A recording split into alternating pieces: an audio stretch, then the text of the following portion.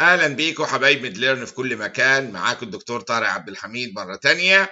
بالنسبه للناس اللي ما شافوش هذا الفيديو اللي هو ال precise calculation of cardiac axis، انا ليا طريقه كان مسجله باسمي اسمها عبد الحميد's methods for axis determination. عملتها في نيوزيلندا ودرست بيها في كلية الطب هناك، والحقيقة وجدت صدى جامد في أكتر من مكان.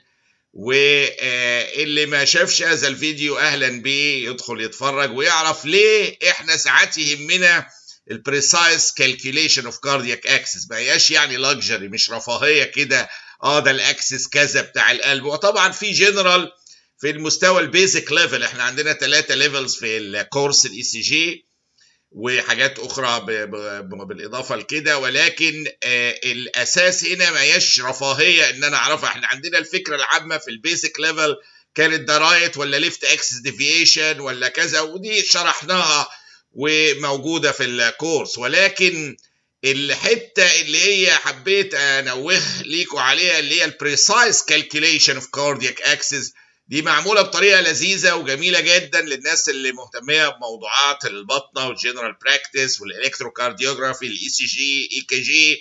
موجوده كلها عندنا دلوقتي، واللينك موجوده، تقدروا اي حد يقدر بس يضغط على اللينك يدخل يتفرج عليها، محطوطه بريفيو يعني للجميع يشوفها ويشاهد المحاضره على midler.academy.